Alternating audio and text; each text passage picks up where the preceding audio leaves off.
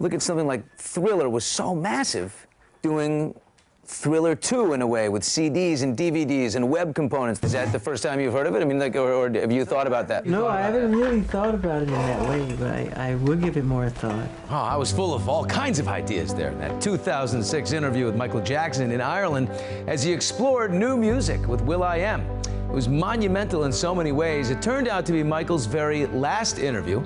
That time with him is a memory I will carry with me, and it's one that Will.i.am still remembers 10 years later. I have to tell you, the last time Access Hollywood got a real, like, quality time sit down with you was with Michael Jackson in Ireland. Ireland, yes.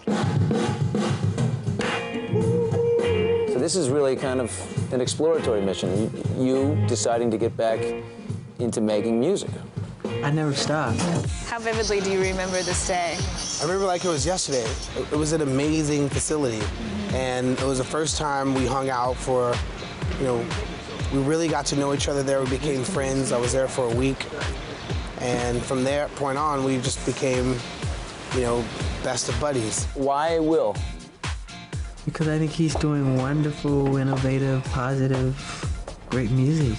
This is like a dream come true for me. Very nice groove. Yeah. I like the chords. I like what you did. That's a club banger. Yeah. That's what they call that one. Initially, they asked, well, how much do you want to get paid? I was like, I don't want to get paid. I don't want to be that guy that takes advantage of my hero. Oh, yeah, he's like, you know, bless your heart. Everything that you're doing is obviously because of love. And that, you know, so he recorded out of my house a couple of months after that session, and we just became really, really good friends. Where's that music? Are we ever gonna? If you don't have him to guide you, then you're not working with Michael Jackson. So to complete the songs, you need his ear and his 2 cents. You can't have a song without that.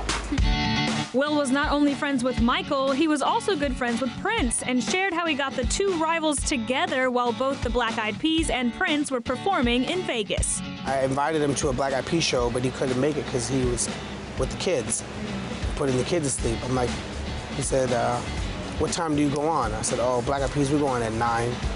He said, oh, Rats, I gotta put the kids to sleep. I don't know if I can make that show.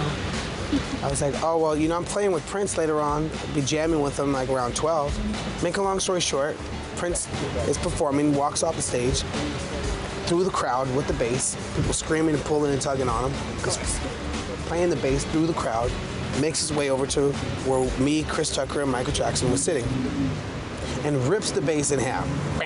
Just like ripping the most killerest solo in the world. And so after the show, I had breakfast at Michael Jackson's house, knocked on the door, he opens the door. First thing he says was, why was Prince playing the bass in my face? I'm like, oh no, he just really wanted to say hello. I think that's just what he was trying to do. But to bring those two together like that was magical.